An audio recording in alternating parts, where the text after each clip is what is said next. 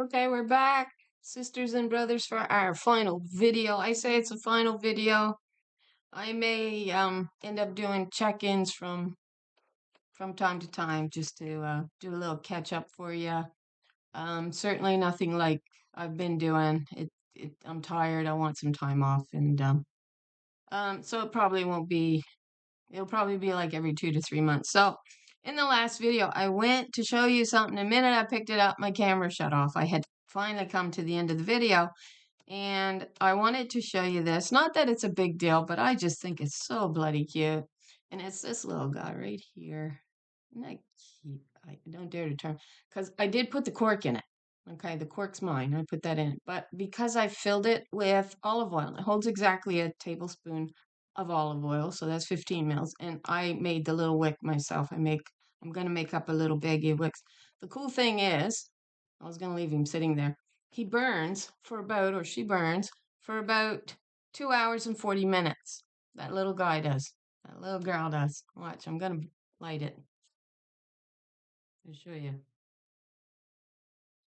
So with a little bottle of oil, that's the little lamp. Ain't that cool? I can take the cork out. I could press the cork in further, but because I just filled it to show it to you, I had the timing to see how long he would burn for, or she would burn for. And so if you take a little bottle of oil, you can even make one smaller than that, and take your little lamp and stick it in your pocket with a little baggie of wicks. Not that you even got to, because we know a wick lasts quite a while. You have yourself a little light no matter wherever you go. A lamp in a dark place. Isn't that cool? It's just so tiny, and he's brass, and he's quite heavy, but just so small you can stick him in your pocket. I just thought I'd share that with you. He's got a cool trim on him. I doubt I can turn it enough. I'll blow it out. I know it's made for incense and stuff like that, but I don't know. Can I show you the pattern on him? There's a pattern he has. He's pretty cool. He's quite heavy. I just picked him up at a secondhand shop, local secondhand shop, and I paid $15 for him, but I kind of thought he was worth it. I don't usually get my hands on unique stuff like that. I know those out there who lives in big cities and whatnot, you come across that stuff probably all the time, but me here in the country of Canada, not so much. So anyway, I just wanted to share that with you. Maybe I can share a couple other things I picked up. I picked up this. I think they're called a candle lantern. This is quite heavy, this piece here. Of course, I ain't filled him. I paid $5 for that one. And so I'm kind of a sucker for lamps.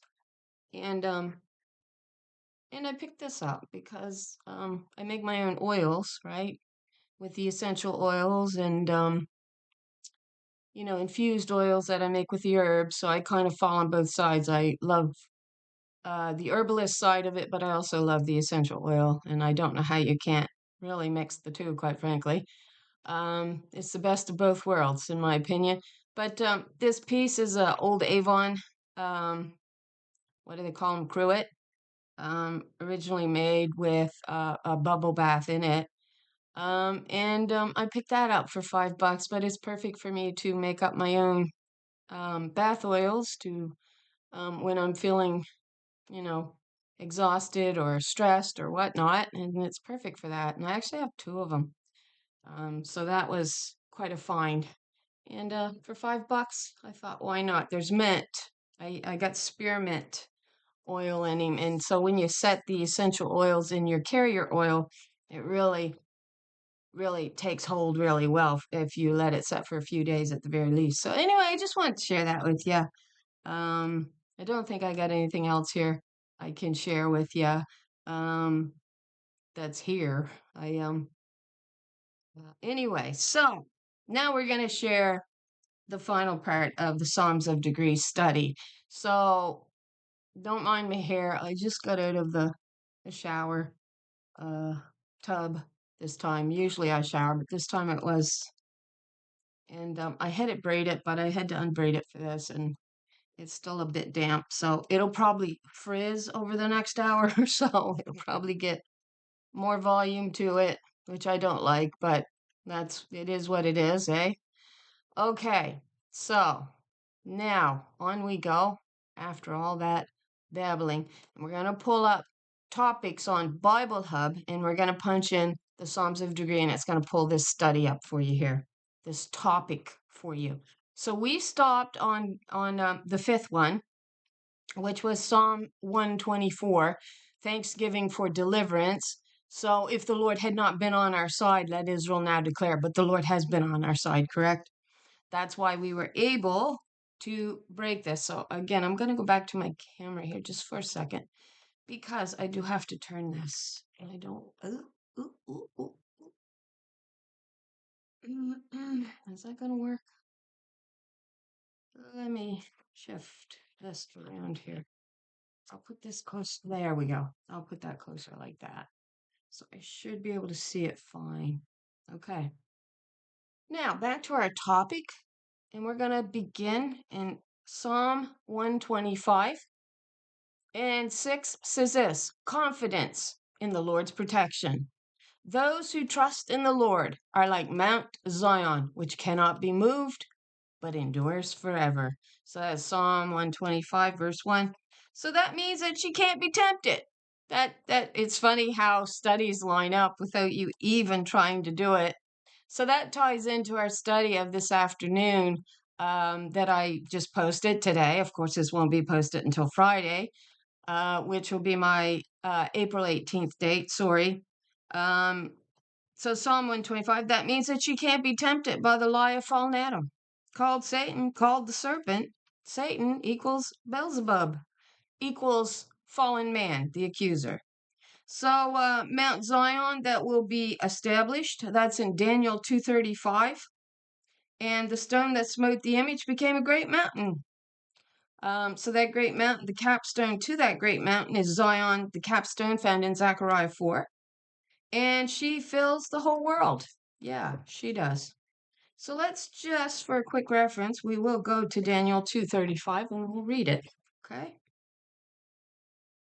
So Daniel 2:35. You didn't have it marked. I actually found it pretty fast for me. So 2:35, it says this: then was the iron, the clay, the brass, the silver, and the gold broken to pieces together, broken to pieces together. That's weird how that's said. And became like the chaff of the summer threshing floors, and the wind carried them away, that no place was found for them. And the stone cut out without hands, that smote the image of a male god, became a great mountain and filled the whole earth. So that takes us to this understanding that that is indeed Mount Zion, that will turn into this great mountain over time that we see in Zechariah 4. Capstone there is feminine. It is a word for your ruler in the end. So now, is that all we got? Yes. Wow, we're going to move pretty fast on this. So Psalm 7, not Psalm 7, sorry, number 7, Psalm 126. Joyful remembrance of restoration. So when the Lord restores the captives of Zion, we were like dreamers. So Psalm 1, what is it, 126? Funny, I just got Psalm 12 there. 126, all of them are trapped in prison houses. So where does that take us to? Let's read this again.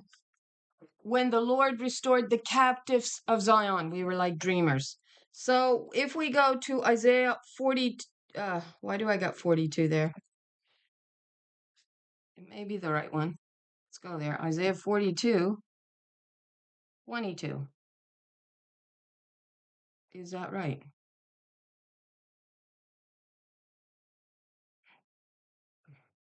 Oh, I gotta pause it. I have company at the door for the moment.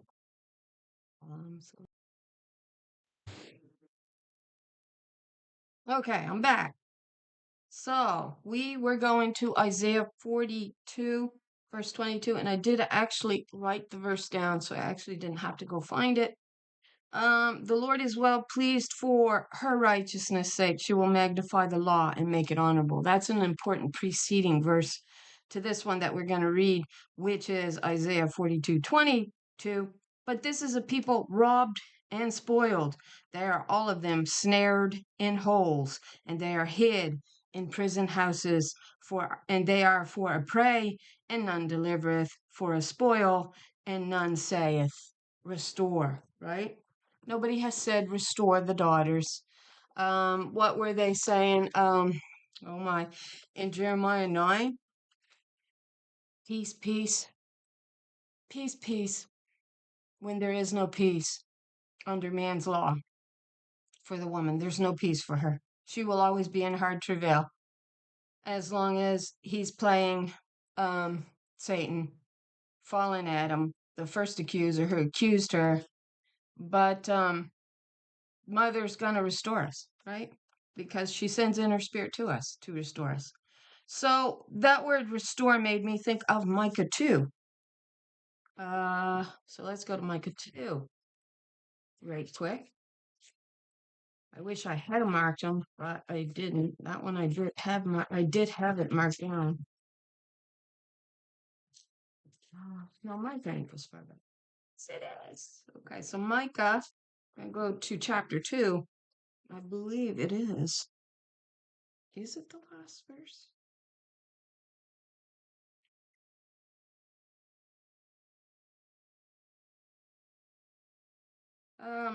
I don't know why I thought it was that one, but there's a restore here somewhere. Let me see here. That might have been for another reference.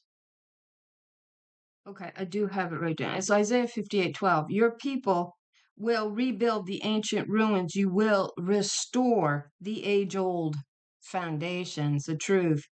You will be called a repairer of the breach and restorer of the street dwelling. That's the straight path, right? So, Micah 2, we get this. It says, the breaker has come up before them. They have broken up and have passed through the gate and are gone out by it, and they're not their king. Their queen, I don't like the word queen, but we'll use it, shall pass before them, and the Lord, which is not male, it's the mother on the head of them. So we do get a connection to the restore here. And then also, no, okay. So we're moving pretty fast through these. It's really cool when you can write things down. And, you know, my memory's getting worse over time, which tends to be the way it happens, I guess. And so it was good because that night when I did the study, I was remembering a lot of the passages that I needed to. So 8, on to 8, Psalm 127. The futility of human efforts without God. The futility of the human efforts without God. So what's that mean? Well, that really is Adam playing God. So it's the futility of the man's efforts without her, without God, without the Holy Spirit, the Holy One, who was called the presence of God on earth, who was given covenant to teaching the laws of heaven, and he rejected her out of pride. So it comes down to the futility of man's efforts without God. Unless the Lord builds the house, its builders will labor in vain. So first we realize that the woman's house was torn down by the man, which is why then he wrote in the beginning of the Bible that she is nothing more than his rib, really. Because she then begins to fall under him, under his doctrine, under his lies, because he accused her. So 127, that's what it means. Unless the Lord builds the house, builds the creation, its builders will labor in vain. Man will labor in vain to build himself up, and so won't the harlot. So what do I got here? The Holy One in 2 Kings 19, the one you blasphemed, is the house that is being built in Song of Songs, and that's found in the last chapter of I believe it's the last chapter. So let's just go in and take a look at that. What does it say? So this is the house that they tore down. It was the high uh Lord, daughter Zion's house. Okay, so Song of Songs, last chapter, and Song of Songs tells us the house that will be restored. So that is chapter 8, I do believe. Yeah. You see here. You see, where does it say it? Right here, verse 8 of 8, chapter 8, Song of Songs 8, verse 8. We have a little sister, and she has no breasts. So, you see, we come back to the daughters being very young when they were removed out of the truth because they murdered the wise women who could teach them the truth. So, we have a little sister, and she had no breasts. What shall we do for our sister in the day when she shall be spoken for? If she be a wall, we will build upon her a palace of silver, and if she be a door, we will enclose her with boards of cedar. What does it say? I am a wall, in my breasts like towers, then was I seen in the eyes as one that found favor. So that means she's nursing her children. She's nursing her children with the milk of the mother. That's what that means. And it's interesting we're getting her rebuilt. That's who's being rebuilt and reestablished in the land. She was the one that was supposed to be established in the land, and they tore her down. They went up to the house in the forest of Lebanon, and they tore her down. And what that means is they established a harlot spirit, and then over time, the harlot establishes Baal as God. That's what that means. So number 9, Psalm 128, blessings of those who fear the Lord. Blessed are all those who fear the Lord and who walk not in his ways, her ways. So her ways, Isaiah 42, I will lead you in pathways that you have not known, for she's the sovereign Lord. Psalm 77, the waters covered my footsteps and you didn't see my pathways. You haven't walked in my pathways. You've walked in a lie's pathways. You walked in the liar's pathways. You've built the idol up. You haven't went in and found the truth. You are prisoners until you are no longer prisoners. It's pretty simple. So number 10. So remember what the Psalms of Degrees, a quick recap. It's all to do with the return of the Shulamite back to wisdom, her mother, and her ways and her law. And we see that they turned everything upside down in Isaiah 29 when she says, you turned everything upside down and you told the potter the maker that she had no power over her own creation. So the Shulamite turned away from mother. In the Psalms of Degree, she's turning back to the mother. That's what it's all about. And you can see the signs in the heavens validate that the earth is turning, or that creation is turning, however you want to look at it.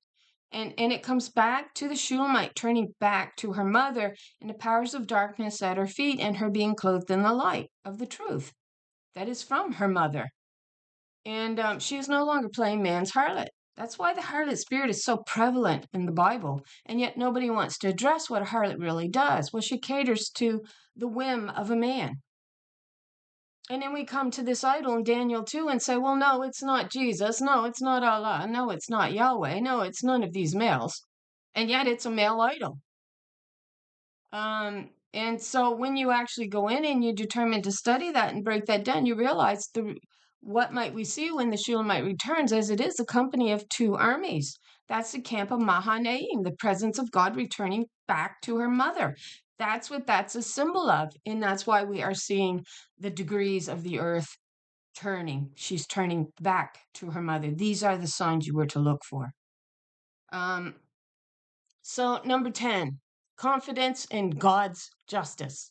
Many a times they have persecuted me from my youth. You see, you forgot your creator in the days of your youth because they did persecute her so much. But let Israel now declare.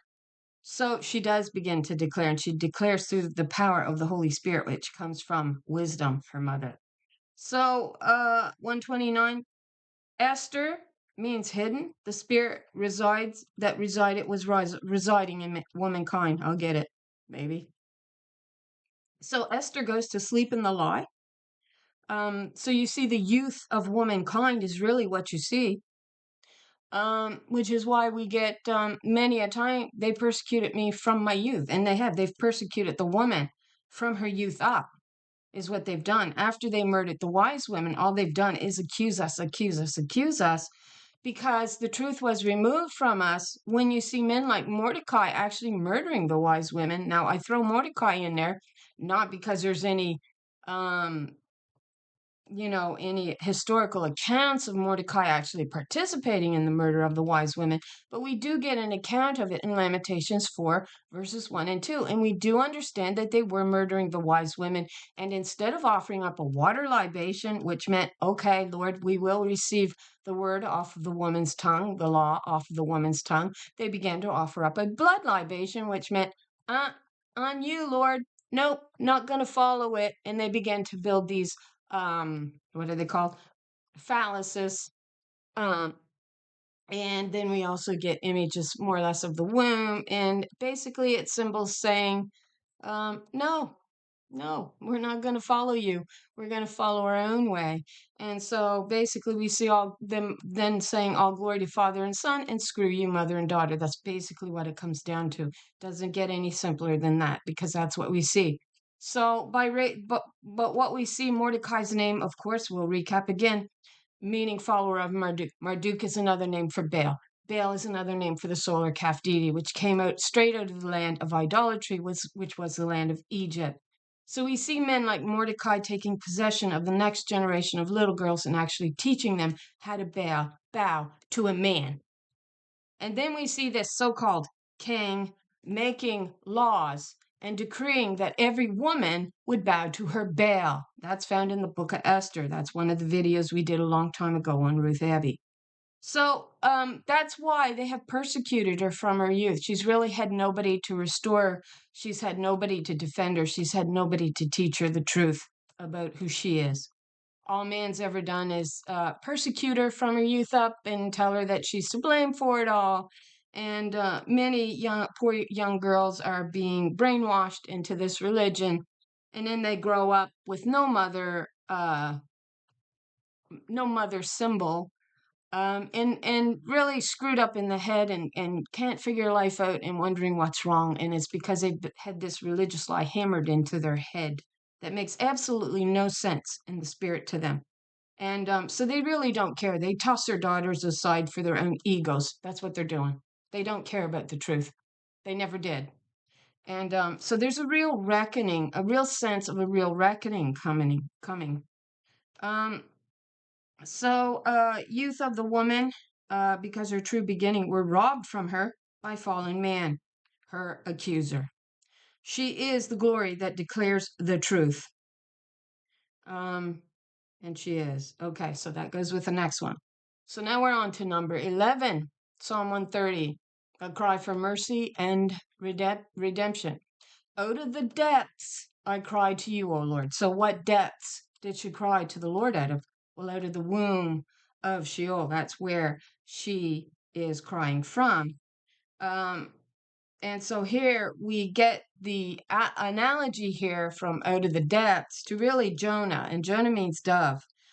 So he was crying out of the womb of Sheol to be brought back into life. And eventually she was brought back into life. And that takes us to Ephraim, who is a foolish child who does not present herself at the opening of the womb. But there comes a time when she does. She is the firstborn of mother.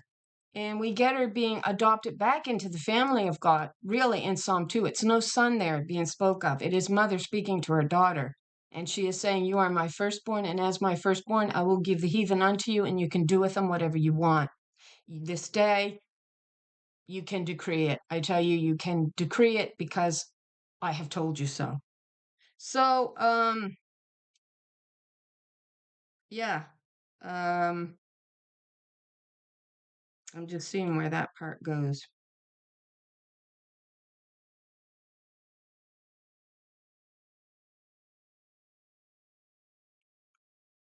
So I'm just trying to figure out which part that goes with. Out of the depths I cry to you. I'm going to say that that goes with that because the root was holy. Yeah, that's Romans 11, right? So if the root is holy, the branch is holy. So the only reason why she can cry out to wisdom, to mother in the heavens, or really look into the spirit and in reason with wisdom, is because she comes from the original roots, which were holy. So if the roots is holy, the branch is also holy. And that's the only reason why she can cry out, because she is found to be holy. Yeah. I think that's the one it goes with. You can probably put it with any of them, really, based on the perspective that you take. So, Psalm 131, that's number 12. Humble trust in the Lord. My heart is not proud, O Lord. My eyes are not haughty. So that's Psalm 131:1. So humble trust in the Lord. My heart is not proud, O Lord. My eyes are not haughty. Because wisdom makes sense, right? When you listen to men off the pulpit, it's haughty. It's proud, it's boastful. It does not reason. It's not making an ounce of sense to call Father the one that gives life. It don't reason. It's haughty. It's proud. It's arrogant. They blame the woman. They take her rights under this so-called loving God, but they remove the woman's rights under it. They removed her goods under it, and they removed her house and her children and her right to govern that. I'm sorry, but that is not humble. That's not humble. That is proud, that is boastful, and that is haughty, and that is the spirit of the current male that we are in covenant with, which is why God states in parts of the Old Testament and the female, for most part, this is just a small branch that's coming away. That what was I going to say? So, because I forgot my thought, wisdom makes sense. They do not make sense. All they want to say is, well, woman, you better listen to me, I'm your head. And they can say it jokingly all they want. It's proud and it's arrogant for them to say, just like the king was proud and arrogant in the book of Esther. He did not want Vashti showing him up, even though he was drunk and wanted to drool over her, and she had every right to ask for respect at that point. But he didn't see it that way. He saw it that I'm a man and I'll do with you whatever I want. He was arrogant, he was proud, and he was haughty, and he deserved just what he got. Vashti didn't. But to assuage the king's ego, they bring in this little girl taught by another man. I mean, come on, a man teaching a little girl? Hello. There's something wrong with that thought. But you see, there were no wise women to teach her otherwise. So that's why they are able, again, backtrack to Psalm 129. They are able to persecute her from her youth up. Right. So because wisdom makes sense, we put trust in the truth. Which reasons? So haughty means, what does haughty means? Arrogantly superior and disdainful. Well, the boys have certainly showed that to women under the law. Removing your rights, removing your goods. And women from our generation remembers that. We remember what it's like to have to fight for rights, to have to fight for goods. And they're still doing it because round and round we go. That's what men do to us. They circle back around and think they're going to repeat it.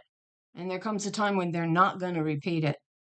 I remember watching a lady from China, and she said during World War II, the women had, when it might have been World War I even, the women had to go out and fill up all the places that the men at one time had filled because all the men had gone off to war. And she said there really became this sense of liberty amongst the women. And so she said, when the men come back, well, we were kicked out of those places and forced back into the back recesses of the house and more or less shut up woman, you know. And so she said, we went out and we fought. We fought for our rights. And she said, we finally got them again. She said, we're circling back around to happening to do it again, because they're removing the women's rights away from them again, again, and again. Because over time, the women kind of become complacent in many of those aspects, thinking, okay, well, we've come this far, we've got these rights, and now we can kind of rest on it. But you can never rest, not with an accuser in the midst, until you take him out under the courts of heaven, which is your understanding. There can be no full, restitution of our rights and of our goods, is your sense. So, my heart is not proud, his is. O Lord, my eyes are not haughty, his is. He's the one that's teaching all glory to Father and Son, but screw you, mother and daughter, and writing the laws and taking her house from her womb, claiming they're his, and they are not. Psalm 132, a prayer for the Lord's presence and favor. O Lord, remember on behalf of David all the hardships he endured. No. O Lord, remember on behalf of the daughter of Zion, who sat between the cherubim, which were otherwise women, as we understand in the allegory, really, when we break it down, that she endured many hardships when they blasphemed her holy name. And she says, the children have come to the birth, but there is not strength to deliver. Now, she was telling you something there. All right. She was telling you what men like Sennacherib were up to and what they were doing. And you're just not piecing it together, because the men are too haughty, they're too proud, and the women are no different. They think they got it. And they're waiting for Jesus to come get them, which will never happen. So, yeah, we were on 13. Oh Lord, remember on behalf of the daughter of Zion all the hardships that she endured. And yet, because she was accused, we get it in Psalm 22, and we run out the allegory again through the name of Shebna. And that name takes us to the one who sits in the seat of glory, really, to the Shekinah. And Shebna really got thrusted out, and it's the only time in the Bible that there's a full prophecy about a one person, a name. Now they want to shift it to a male. It was not a male, it was a female. And she was losing her power, and yet God states it to her, not to the one, I can't remember who takes over her place, but they break it in the wrong place. We studied it. And God says, you will restore my house back to me. It is on you. This is on you to do. Now, they say Jesus, Jesus, Jesus. Jesus did not restore her house. Jesus helped to keep the rights of man in power over her. That's what Jesus, the idol, helped to do. So, Psalm 132. That's Psalm 68. Again, let's read it. O Lord, remember on behalf of daughter Zion all the hardships that she endures. So really, Psalm 132, a prayer for the Lord's presence and favor, really takes us back to Psalm 68 and what was going on there. In the verse, it says, daily she bears our burden, and the salvation belongeth to this Lord, to the sovereign of the kingdom, who is the one that produces the children from her womb. So Psalm 68:20, our God is a God who saves. From the sovereign Lord comes escape from death. That's the birthing canal. That's the womb of Sheol. She's crying out, right? Out of the depths. That's the dove crying out for release from the prison houses, right? And that's it comes back around that this is the truth. It's the only thing that reasons. Man's haughty lie and self-pumping of self as father and son who created everything, and that wicked woman who screwed everything up for man, poor man, woe is me. Oh, we're going to weep for him. No, you've wept and wept and wept for man, his wars that he's created himself. Oh, you weep for all of them. You weep for the farmers. You weep because, we wouldn't exist without the man and all of his bloodshed and all that. And yet it's his own law that has created it, and his hate towards the woman who could really rectify the situation. We're talking the righteous daughters. We're not talking. So the futility of man's effort without God. That's what Psalm 127 was about. So as long as he's going to play God and say father and son and screw you mother and daughter, he's going to continue to die. And of course, the harlot's going to continue to weep over him. Oh, poor man. And you will look upon the one whom you pierced. You didn't pierce him, you pierced her. You tore her right apart, is what you did. And you used your law to do it, your fake law saying it came from God to do it with. So then we go to 14, Psalm 133. The blessing of unity, how good and pleasant it is when not brothers. Finally, us sisters live together in harmony. We have the adversary. When you look it up, you're going to get a rival wife there. So the rival wife is the harlot spirit willing to bow to this made-up god and idol of a man, and basically kiss man's backside in the process. So women can never seem to gain full rights when you've got women going, well, no, religiously, God, if you to be a godly woman, you're not to expect rights. And I'm thinking of this real ditzy actress in Hollywood who's married to a hockey player who says, well, she believes in serving her husband because he's her head. Oh, gee, I wonder what she got in exchange for saying that. That's the harlot. That's the harlot at work. You can't see it? She's everywhere. She's everywhere. And she's too stupid to wake up to what she's doing to herself. So, Psalm 133, the blessing of unity is when the sisters will finally come together in harmony. And the brothers, the righteous brothers, the true ones, will support her in that. Zechariah 11, I have down as a reference, and Hosea 2:16. Why do I have Hosea 2:16? That may not be for that one. Yeah. Okay. How good and pleasant it is when sisters live together in harmony. So we know it's about them because God says, you divided my pleasant land. So then we get the harlot spirit coming into the favor of man, where we see man exalting her to be equal to the commander of the house. That's in Daniel. They want to tell you it's all male. No, this is female. And there it tells us that truth staggered in the streets and equity could not enter in through the gate, because the men were exalting the harlot spirit, because the harlot spirit would exalt man as God and allow him to remove her host from her very own womb. That meant writing laws over them and saying, you will bow to him as if he is God. So then we get the outcast, which no man sought a covenant with. So we have this fraction entering in between the women, is what we're seeing. Men, you watch them. Oh, he's a good guy. He's a good guy. They're all good guys. There ain't no such thing as a bad guy. Oh no, there's nothing wrong with him. Oh, she's a bitch. Oh, did I say that? Did I say that? Because that's really what they say. They say that right outright. I've heard it before. And women sometimes are the worst towards each other, calling each other little we know what. That's not harmony. That's not a harmonized spirit.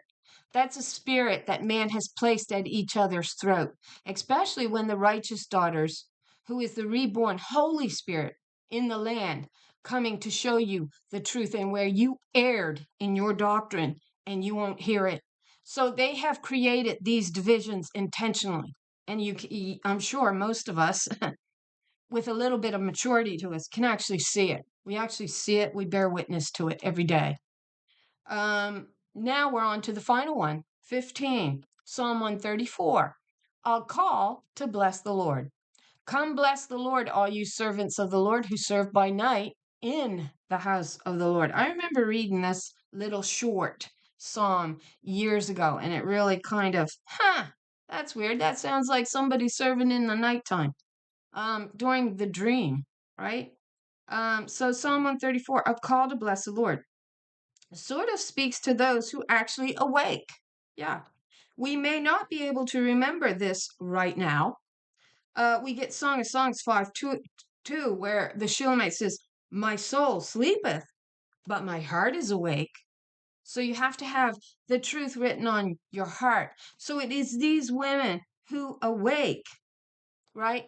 Full of the Spirit, knows the truth, even though my soul sleepeth, but my heart is awake, right? So, I mean, we see this is about the return of the Shulamite back to wisdom. That's what it's about. And we see the turning. So there is true favor being found by the true God in the heavens when we see, because only she has the power to turn the earth in the Psalms of degrees. Now, the men want to be haughty and ignore that and be proud and say that the muscle in their arm is God. That's a symbol of them being God. No, it's not. You didn't study the Bible, did you? You didn't study it at all. You're too busy being proud and haughty, just like the first Adam. You're too proud to hear it. And God warned him, when you make this snare of a male idol, you will fall into that snare and you will never be able to come out of it. You will be captured in it, and it'll be your pride that catches you, just like the first father called Adam, who accused the first woman. Now, that's our video. That's our final video. And there we go. Okay, so this will be posted on April 18th. That'll be Friday, I believe. And on the Hebrew calendar, it comes up as, what does it come up as? April, let me think here. Nisan, it comes up as Nisan 20? I think that's the very first day, April 5th, 2018, comes up as Nisan 20, which was the first day that I posted, of course, my first video. So that'll be a total of 7 years according to the Nisan calendar, according to the Hebrew calendar, rather. So that's a full 7 years for me. And like I said, I do plan on taking a little bit of breather, a break. I can't really fully say that I'm done because I'm always back. I just don't see me being back so frequently or so often. There certainly is going to be a lag on time, and but I'll try to keep in touch with you. I'll try to, when I hit on something that I feel is so valuable that I really need to share it, um, you'll see me again, I'm sure. So, I wanted to thank all my sisters and my brothers who have subscribed to me, who watches my videos, who bypasses my blunders, my poor manners at times. Thank you for being so forgiving. I appreciate it. And thank you for having a willingness to listen to anything that I have to say. And I just encourage you to continue on in your own studies through the Spirit's guidance and what the Spirit is leading you into. Like I said, you don't have to share that with me. It's fine if you do, but you certainly don't have to. Those are your own personal, inclinations in the Spirit. And so I hope you are blessed with those. I thank you for watching. I pray the Lord blesses you every day with an abundance of truth. And I do hope you have a lovely, it's coming on to evening here. It is evening, a lovely evening. And thank you so much.